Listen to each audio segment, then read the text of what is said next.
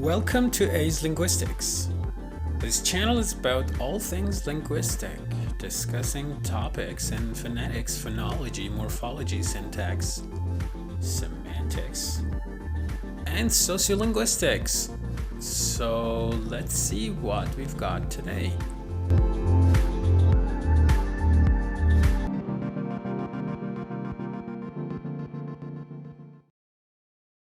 Why do we need a phonetic alphabet? So the question is, what is the phonetic alphabet in the first place? A phonetic alphabet is an alphabet that is phonetic. So it means that it shows the sounds of the language very well. So let's think of every language as having its own set of sounds, which we call phonemes. And then the language arranges those sounds in a particular way. And the way the language arranges those sounds is, of course, phonology. That's how we distinguish it from phonetics. So then there's an inventory of sounds, the sound system, and the alphabet or the writing system. It doesn't have to be alphabet.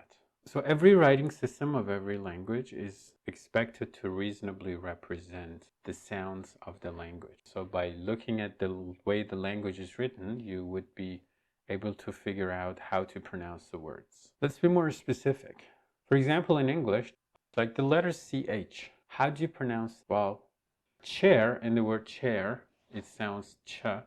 In the word chaos, it sounds k. And then machine, sh. And then yacht, it sounds nothing. The thing is, the characters or the symbol CH in English, the letter CH, indicate 4 different things. In this sense, you can say English is not being phonetic. When you CH written, you can't reliably predict how it's pronounced. So that's what we mean by phonetic. You might ask the question, how do you write the sound F in English? Is it F like fast? Is it F? Or is it PH, photograph, like twice repeated, right? Or is it GH, cough? Well, again, if GH sounds like fa, why is it silent in the words taught, caught, thought, and daughter, right?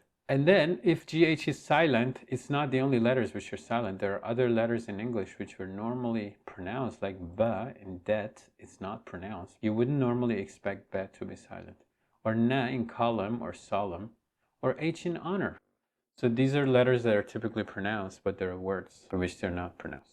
And then, more interestingly, look, this is the sound la, but the way it's pronounced, these letters. So you have colonel, and then you have sergeant, but you have derby. Even the word derby in British English is pronounced as derby. So my point is, these are complexities of the English alphabet. But well, it even gets more complex when you get to the vowels. We have just these 5 symbols for vowels, but we have more vowels in English than we have symbols. So for example, like in the English alphabet, you just seem to have 5 vowels, A, E, I, O, U. But English has like 14 vowels at least, and depending on dialect, it can go up. And then you have only 5 symbols. It gets more complicated and less predictable. For example, the letter A sounds differently in apple as compared to make. E, bet, rehabilitate, so 2 different sounds again.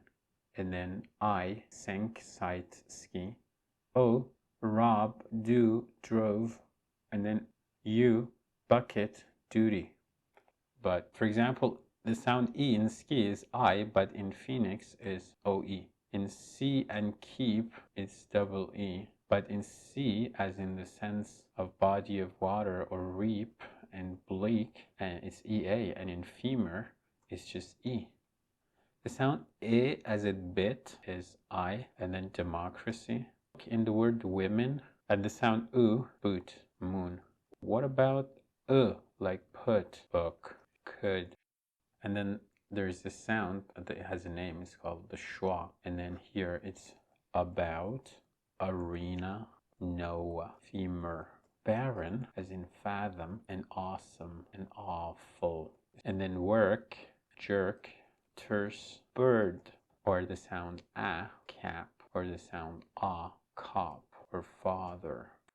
And look, there's sometimes a sound that we pronounce, but it's not written. Like university, there's a yes sound that we pronounce. Well, you might say, at least there are some languages in which the writing system is more phonetic.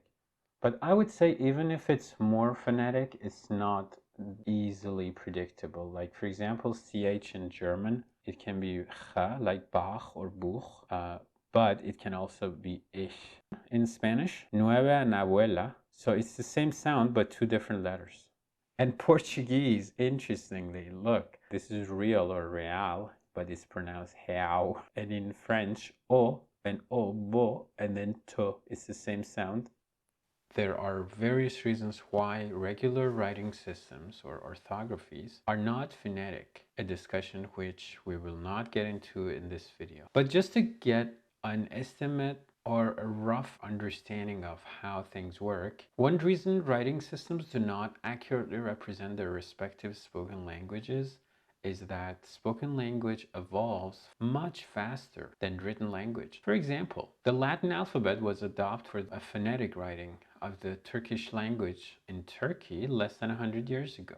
But why is there a symbol which is called yumuşak G? It means soft G. It looks like it represented the sound ra, but that sound probably has disappeared from the language, but still the letter's there. So I'm just saying, even with the most recently adopted writing systems such as Turkish, after less than 100 years, you might have a situation in which the writing becomes less phonetic. This is just what I basically know about it. So correct me if you know more about the Turkish writing system. That's why the name of the Turkish politician, which is Erdogan, basically the soft G there is not pronounced at all. It's like in English, it's pronounced something like Erdogan, like W, which is inserted between the two vowels.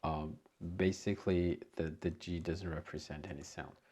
Then there's the other problem. Okay, if you're a linguist and you go across languages, for example, for the sound sh, like even if you assume English and German and French, like each of them are like consistent within their own writing system. As a linguist who studies many languages, which language should you choose? Because of all these challenges, linguists have agreed upon a particular writing symbolic system called the International Phonetic Alphabet, which is probably the most elaborately developed alphabetical system to represent spoken language across space and time. I mean, in different places and different times. So that's why we need this phonetic alphabet. So the question would be, does the IPA help you write sounds correctly and accurately? You would be correct to say that yes, this is a phonetic alphabet, so it helps you write the sounds very accurately. But then I just want you to to pay attention to the language we use when we talk about writing sounds. In a sense, we can write sounds if by write you mean represent them in writing. But in another sense, there's no way you can write sounds, because sounds, it's something different. It's acoustic energy. Writing is just a visual representation. It's like, so in that sense, when you write this symbol, this bilabial plosive sounds, pa and ba, when you write this symbol pa, you're not writing the sound, you're representing the sound pa in writing. So I want to make you aware of the fact that writing is a different medium than sound itself. So we can represent sound in writing, and when we see writing, we can pronounce it.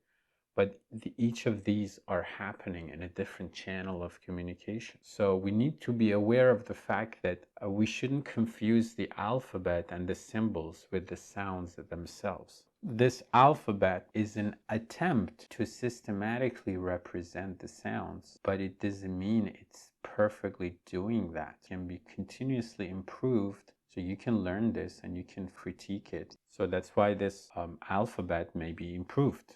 Like you see, there's on top, it says revised to 2005. So when you're dealing with a spoken language, you can always go back to the source, which is the sounds themselves, and then see how this alphabet functions in interaction with that sound. In the IPA, there's a one-to-one correspondence between the symbols and the sounds. It means every symbol represents one sound only, and every sound is represented only by one symbol.